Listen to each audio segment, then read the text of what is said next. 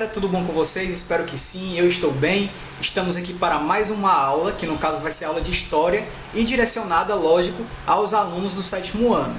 Então, vamos fazer aquilo que a gente sempre faz, a gente pega o caderninho, pega o livro, porque a gente vai se orientar a partir do conteúdo que tem no material didático de vocês, tá? Que tem no livro de vocês. Então, bora lá começar a aula, mas primeiro roda a vinheta. Anote o número. Então, galera, bora lá, ó. Capítulo 3, Reforma e Contra-Reforma. Esse foi um capítulo que a gente começou na aula anterior, em que a gente discutiu, primeiramente, as críticas à Igreja Católica, e o nosso objetivo, ao discutir essas críticas à Igreja Católica, era entender um pouco desse contexto de estruturação e de movimentação em direção a uma reforma protestante, tá? Então, a gente discutiu algumas perspectivas, inclusive, de algumas pessoas envolvidas na Igreja Católica, né? Por exemplo, a gente discutiu Lutero e um pouco da doutrina luterana, e hoje o nosso objetivo vai ser discutir a doutrina calvinista e a doutrina anglicana. Show? Isso a gente vai entender nessa aula aqui. Uma dádiva dos ninjas. Então, galera, a partir da aula anterior, a gente conseguiu perceber que a doutrina de Lutero, né, a doutrina luterana, se espalhou por toda a Europa ali, tá?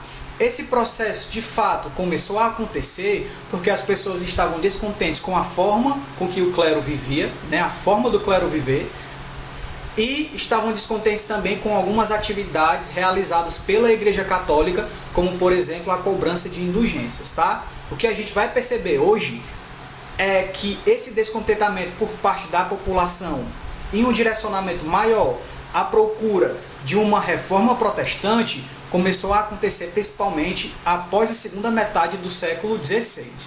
Um dos indivíduos que direcionava críticas à Igreja Católica era um teólogo chamado João Calvino, tá? Calvino, galera, ele percebeu que as ideias de Lutero eram bem parecidas com as ideias dele, tá? Então ele começou a estruturar outras ideias, começou a elaborar pensamentos e direcionar críticas à Igreja Católica.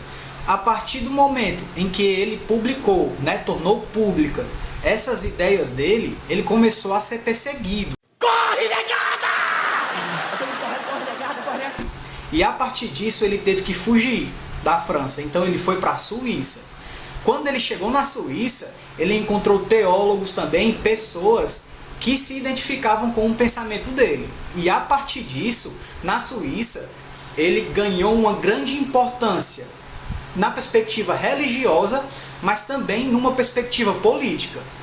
Então, a partir disso, ele conseguiu elaborar uma nova doutrina. Como eu já tinha citado anteriormente, os pensamentos de Calvino eram bem parecidos com os pensamentos de Lutero, lá da doutrina luterana. Como preceitos dessa doutrina de Calvino, né, da doutrina calvinista, a gente pode citar: a salvação era conquistada a partir da fé e a partir da vontade de Deus.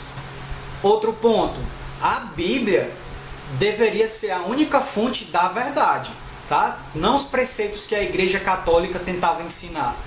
Outro ponto: não eram aceitos cultos a santos, eles desconsideravam também a autoridade do Papa e eles criticavam também a venda de indulgências por parte da Igreja Católica. E um dos pontos mais importantes da doutrina calvinista era a predestinação. Eles acreditavam na aceitação da vontade de Deus. Ou seja, um indivíduo ele já nascia com a vida dele toda predestinada por Deus, e isso não poderia ser mudado.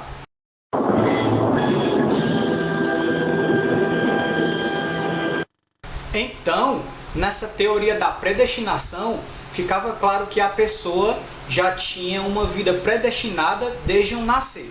Porém, as pessoas se questionavam: como é que eu sei a minha vida? Como é que eu vou saber da minha vida daqui para frente? Como é que eu vou alcançar a salvação? Então, Calvino explicava que levar uma vida puritana e enriquecer a partir dos meios próprios fazia com que a pessoa estivesse no caminho da salvação. Já estava bom.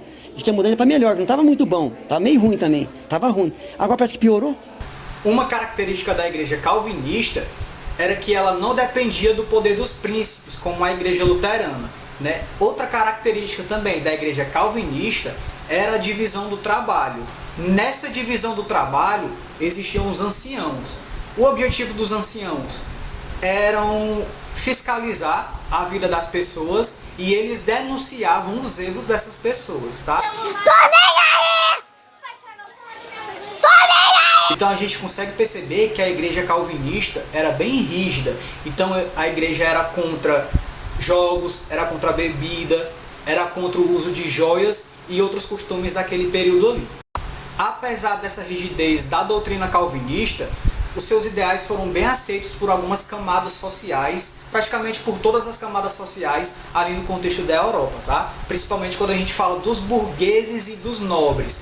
Por que foi bem aceito por esses indivíduos? Porque a doutrina valorizava o trabalho e eles não condenavam o lucro e a acumulação de riquezas. Inclusive, galera, muitos historiadores apontam uma relação desses ideais calvinistas com o fortalecimento do capitalismo ali no início da Idade Moderna na Europa. Então, gente, agora é hora de praticar. Então, para isso, eu peço que vocês abram o livro na página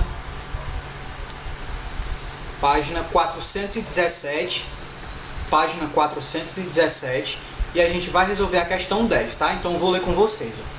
A doutrina de Calvino se espalhou por vários lugares da Europa e ganhou a adesão de muitas pessoas a partir da segunda metade do século XVI. Cite um exemplo dessa influência e registre as diferenças em relação ao luterismo. Então eu vou dar uns segundinhos aí para vocês resolverem, tá? Mentira!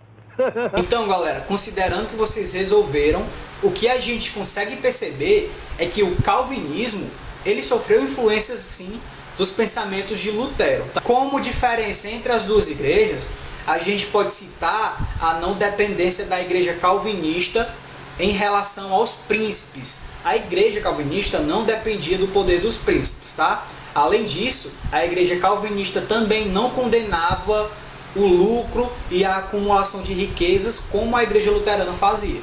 Show? Então o que é que a gente pode colocar como resposta? O calvinismo foi um dos movimentos influenciados pelas ideias de Lutero. Como diferenças entre as duas doutrinas, temos 2 pontos. A igreja calvinista não dependia do poder dos príncipes, nem condenava o lucro e o acúmulo de riquezas. Então é isso, galera. Eu espero que vocês estejam entendendo até aqui, tá? Outra doutrina que a gente pode citar, galera, é a doutrina anglicana, tá? Que acontecia no contexto da Inglaterra.